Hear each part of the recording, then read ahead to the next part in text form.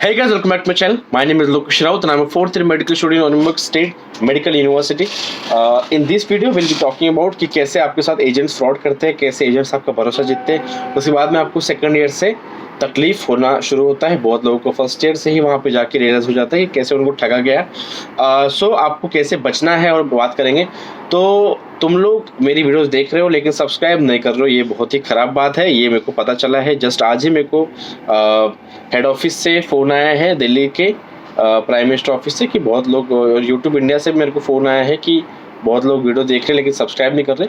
सो तुम सब्सक्राइब करोगे, कमेंट करोगे, मेरी वीडियोस को शेयर करोगे, जितना ज़्यादा देखोगे और लाइक करोगे वीडियोस को, उतना मेरे को कॉन्फिडेंस बढ़ता है ना। सब्सक्राइबर बढ़ते रहेंगे तो बाप रे सब्सक्राइब बढ़ रहे हैं, मैं दोनों कंटेंट डालना चाहिए, क्योंकि ये सब चीज़ों को समय देना पड़ता है, टाइम निकालना पड़ता है, बहुत सारी रिसर्च करनी पड़ती है, तब जाके सब चीज़ें पॉसिबल हो पाती है।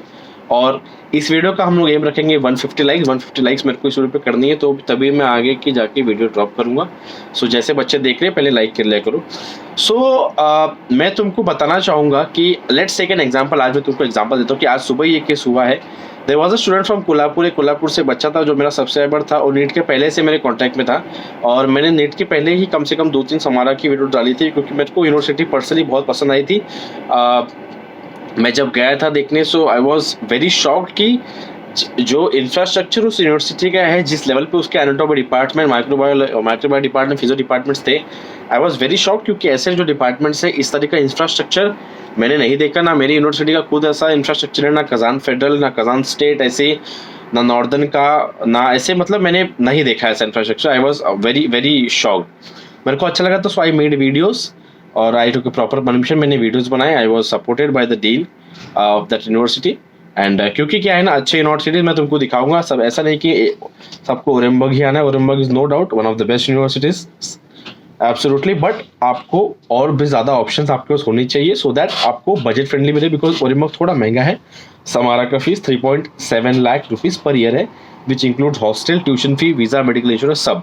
सो मैं अच्छा लगा मेरे को कि 4.25 लाख रुपये में कोई यूनिवर्सिटी और बढ़िया थी, हॉस्टल भी अच्छा था, एक रूम में 3 लोग रहते थे। सो मैंने डाली थी वीडियोस और बहुत सारे बच्चों ने देखी थी। उसमें से कुछ बच्चे मेरे कांटेक्ट में आए थे एंड उन्होंने बहुत सारी चीज़ें मेरे को पूछी, और कुछ के मैंने पेरेंट्स से बात की, उनको ठीक लगा मेरे से बात करके, उन्होंने अपने डाउट्स क्लियर किए। एंड कुछ बच्चे जो इंटरेस्टेड थे एडमिशन करने में, उन्होंने मेरे को पूछा कि भैया कहाँ से करें। सो मेरे को उतना ज़्यादा तो मैं इसमें इंटू नहीं, लेकिन मेरे को बस, मैं तुमको बस हेल्प कर सकता हूँ क्योंकि मेरे जिन पे मैं ट्रस्ट करता हूँ, मैं तुमको उनका नंबर दे सकता हूँ। बाकी फिर आपको उनसे बात करनी है, एंड देन आपको कुछ उसमें गाइडेंस चाहिए तो I can help. So that's my only job, मैं इतना कुछ कर सकता हूँ, ठीक है। बाकी अगर तुमको किसी कंसल्टेंसी को तुमने चूज़ किया है और तुमको क्रॉस चेक करना है, वेरीफाई करना है, तो आप बता सकते हो कि भैया मैं ये हूँ और इस जगह से मैं हूँ और मेरा नाम ये है, इस कंसल्टेंसी ने मेरे को इतना पैसा बताया है, इतना चार्ज बताया है, ये फीस बताया है। सो एग्जांपल ये है कि एक स्टूडेंट है कोल्हापुर का, टच में था, इंटरेस्टेड फॉर समारा। उसने बोला था कि भैया नीट के बाद में एडमिशन लूँगा, एंड अच्छे जो प्रॉपर जो ट्रस्टेड एजेंसी है उनका मैंने उनको कॉन्टैक्ट दिया था, ठीक है, जो मेन कॉन्ट्रैक्टर है ना समारा का, उनका नंबर मैंने उनको दिया था। सो क्या हुआ, अभी कुछ हफ्तों पहले, मतलब नीट होने के बाद में, हो सकता है कि उसके पेरेंट्स ने बाहर जाके सर्च किया उनके रीजन के आसपास में, तो they found some X consultancy, मैं नाम नहीं लूँगा, एक्स कंसल्टेंसी उनको मिली। वो एक्स कंसल्टेंसी के पास गए, they asked them about Samara, उन्होंने समारा का बताया। The consultancy gave them a brochure of Samara. तो ऐसे केस में कंसल्टेंसी क्या करती है, अब देखो मैं बताता हूँ। अभी एक ए है, एक बी है, ठीक है, ए जेन्युइन है और बी जेन्युइन नहीं है। बी को कैसे तैसे एडमिशन चाहिए, बी को अपने नाम वाम से कोई फ़र्क नहीं पड़ता। बी को पता है कि बच्चे को यूनिवर्सिटी जाने के बाद पता चल जाएगा कि हमने थोड़ा सा उसके साथ फ्रॉड किया है, हमने उसको फीस कम बताई है। लेकिन ये भी इतनी छोटी कंसल्टेंसी को तो फ़र्क नहीं पड़ता ना, ठीक है। लेकिन जो genuine trusted consultancy, they are the main company, दो कॉन्ट्रैक्टर्स है, उनको फ़र्क पड़ता है। सो वो कभी तुम्हारे साथ ऐसा नहीं करेंगे, जो ऑफिशियल मेन कॉन्ट्रैक्टर्स होते हैं। सो बी ने क्या किया, बी ने समारा स्टेट मेडिकल यूनिवर्सिटी का ऐसा एक ब्रोचर बनाया जिसमें उसने फीस ही गलत लिख डाली, उसने फीस कम लिखी, ऐसा है, कुछ गलत फीस लिखी। उसने क्या किया, पहले साल में जो एक्चुअल फीस है उससे 1.5 लाख रुपए ज़्यादा लिख दिए, और बाकी के second, third, fourth, fifth, six year की फ़ी में उन्होंने ऐसा जो एक्चुअल फ़ी है उसमें से 70 नहीं, ऑलमोस्ट 60 हज़ार कम कर दिए।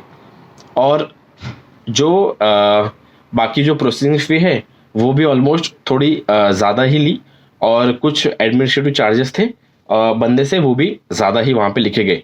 तो अब बच्चा क्या करता है, बच्चे को जो मेन एजेंसी थी उन्होंने एक ब्रोचर भेजा था जिसमें एक्चुअल फीस स्ट्रक्चर था जो प्रॉपर था, और एक दूसरा इस कंसल्टेंसी ने, एक्स कंसल्टेंसी ने भेजा। तो बच्चे ने क्या किया, बच्चा ऑब्वियसली कि वो क्या सोचेगा कि मेरे माँ बाप का थोड़ा कम पैसा खर्च हो तो जहाँ सस्ता पड़ेगा मैं वहाँ एडमिशन लूंगा, किसी की भी ये मेंटालिटी होती है।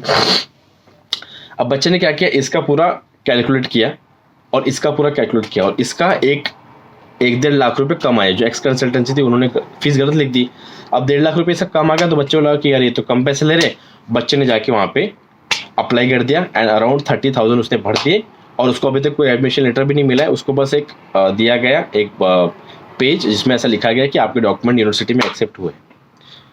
अब 101%। और फिर उसके बाद बच्चे ने आज मेरे को कांटेक्ट किया, बोला कि भैया ऐसा ऐसा है, और मैंने एडमिशन मतलब मैंने प्रोसेस स्टार्ट किया है। फिर मैंने बोला कि अच्छा, और उसने बताया ये कंसल्टेंसी है। देन मैंने मंगाया ब्रोचर, एंड उसने जब मेरे को ब्रोचर भेजा, देन जब मैंने मेन कॉन्ट्रैक्टर से उसका कंफर्मेशन कराया कि इज़ दिस द राइट, क्या ये लोग भी उनका क्या इनका भी मेन कॉन्ट्रैक्ट है या ये लोग सही बता रहे हैं इस बच्चे को।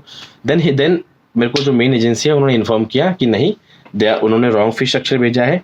जो मेन एजेंसी है उन्होंने हमारा स्टेट मेडिकल यूनिवर्सिटी के जो इंटरनेशनल हेड है उनको मैसेज किया, उनको एक्स वाले का फीस स्ट्रक्चर भेजा, और फिर उधर के जो इंटरनेशनल हेड है उससे सीधा बोल दिया कि दिस इज नॉट ट्रू, ये गलत है करके। सो ऐसी चीज़ें होती है। अब ऐसा क्यों करते हैं कंसल्टेंट, देखो अब एक्स वाले ने क्या किया, एक्स वाले ने अपनी फीस तो कम दिखा दी। अब बच्चे ने उससे एडमिशन प्रोसेस स्टार्ट करा दिया। अब बच्चा मान लो कि फर्स्ट ईयर पहुंच गया, ठीक है, बच्चा मान लो कि 1 सेकेंड, बच्चा मान लो कि अभी यूनिवर्सिटी पहुंच गया, एडमिशन हो गया, सितंबर लास्ट वीक तक बच्चा चला गया वहाँ पे कॉलेज। बच्चे ने सब फर्स्ट की फी भर दी, उसका फर्स्ट ईयर चल रहा है। अभी क्या होगा, जब सेकेंड ईयर स्टार्ट होगा ना, तब जब फीस भरने की बारी आएगी, तब ये एक्स कंसल्टेंसी क्या बोल देगी, हेलो थोड़ा सा एक चेंज है फीस स्ट्रक्चर में, थोड़ा चेंज है, कॉलेज ने फीस बढ़ा दी है, और अभी तुमको 3 पॉइंट इतना नहीं बल्कि 3.7 या 3.8 जो भी है, जो एक्चुअल फीस है उतनी भरनी पड़ेगी। तो जो उसने 50-60 हज़ार कम बताए थे, अभी वो बता देगा कि 60 हज़ार तुमको ज़्यादा भरने, ठीक है, उसने भी बता दिया। अब इस केस में क्या होगा, अब आप क्या करोगे, आप बच्चा तो है नहीं कि अभी कोई वो पढ़ रहा है तो अभी वो इंडिया वापस आ जाएगा, नहीं, उसको क्या लगेगा, अरे यार, फिर उसको क्या है, वो ही इज हेल्पलेस। अब वो 50-60 हज़ार उसको भरने हैं, वो भरेगा ही, वो थोड़ी अपना एडमिशन कैसे करके वापस इंडिया आएगा। वो भले ही उस कंसल्टेंट को 10 गाली देगा कि इसने मेरे साथ फ्रॉड किया, इसने कुछ झूठ बताया, लेकिन उनको क्या फर्क पड़ रहा है, उनको कोई फर्क नहीं पड़ रहा। दे आर बिल्कुल हैप्पी। उनको क्या, उनका एडमिशन मिल रहा था, जो उनके चार्जेस थे उन्होंने ले लिए, उन्होंने अपना पैसा कमा लिया। अब तुम कुछ भी करो, और अपने पास, बच्चे के पास भी इतना टाइम नहीं होता कि फिर वो जाके उन पे केस करे, ऐसा करे, क्योंकि कोई प्रॉपर सबूत भी तो नहीं है ना। ऐसा वो भी ऐसा बोल सकते कि फीस बढ़ गई, हमने तो लास्ट हिसाब से फीस दी थी, लेकिन एग्जैक्ट एग्रीमेंट के हिसाब से ऐसा होता है, आप जिस साल एडमिशन लेते हो उस साल first second year, third year, fourth year, fifth year, sixth year की जितनी भी फी लिखी जाती है, एक्चुअली वो जो भी फी लिखी है ना, ठीक है, आपको वही भरनी पड़ेगी। आप सेकेंड ईयर में कॉलेज की फी चेंज हो जाए, थर्ड ईयर में चेंज हो जाए, आपसे उसको कोई लेन देन नहीं। आपका जब कॉलेज का एग्रीमेंट हुआ है तब फर्स्ट सेकंड थर्ड जो भी उस टाइम जो बताई गई थी आपको कि सेकंड ईयर में भरनी है, थर्ड ईयर में भरनी है, आपको तभी ही आपको उतनी फी भरनी पड़ेगी। उसके बाद चाहे कॉलेज की कितनी भी फीस चेंज हो जाए, आपका एक बार एग्रीमेंट हो गया, आपको वही फीस भरनी पड़ेगी। ऐसा है। तो इस केस में बच्चे फिर हेल्पलेस हो जाते हैं, बच्चे कुछ कर नहीं पाते, बच्चे क्या 2-3 गाली दे देंगे कंसल्टेंसी को और झक मार के फिर उनको फी भरनी पड़ेगी। ऐसे केस में आप क्या कर सकते हैं, ऐसे केस में आप जो सच में जिस बंदे को इन्फॉर्मेशन है आप उनसे कांटेक्ट कीजिए। आप या तो बहुत सारे यूट्यूबर्स हैं जिनको पता होता है, जैसे एक तो मैं ये नहीं बोल रहा मेरे को ही करो, जो बंदे मेरी वीडियोस देखते हो मेरे को इंस्टा पे मैसेज करो, टेक्स्ट करो कि भैया मेरे को आपसे बात करनी है और मेरा ये नाम है और मैंने इस एजेंसी से ये बात की है, मेरे को ऐसा ऐसा बताया गया, क्या ये सही है क्या। फिर मैं अपने मेरे पास जो भी कॉन्टैक्ट्स है, क्योंकि 4 साल से I am now in Russia, मेरे को अभी चीज़ें समझ आती है, मेरे को समझता है कि what exactly the games are played by consultancy. मैं तुमको क्यों चीख के बताते रहता हूँ कि थोड़ा सा समझ के चलो, ऐसा है। तो इस केस में तुम मेरे को चीज़ें भेजो। अब 4 साल में मैंने थोड़े से 2-3 4-5 लोगों को जो सच में जेन्युइन है उनको जानने लग गया हो, उनके साथ मेरे कॉन्टैक्ट बने हैं, मैं उनको चीज़ें भेजूंगा, क्रॉस चेक कराऊंगा, अगर सब सही है तो देन यू कैन प्रोसीड। ऐसा है। आप जब तक कंप्लीटली श्योर नहीं होते ना तब तक आपने किसी को पैसे देने ही नहीं है, किसी को नहीं, नेवर आपने कभी गलती ही नहीं करनी। ऐसा है। हमेशा आदमी वही सोचेगा। आप कभी भी सोचेंगे कि 1-1.5 लाख रुपये बच रहे हैं, आपको लगेगा कि यार ये कम पैसे ले रहा है, लेकिन इन फ्यूचर उसने वो जो फीस है वो ले ही लेगा और आप उस टाइम एडमिशन कैंसिल नहीं कर सकते। इसलिए आपका जो फ्रॉड एजेंसी है ना, this are the main con. मैं प्रोज एंड कॉन्स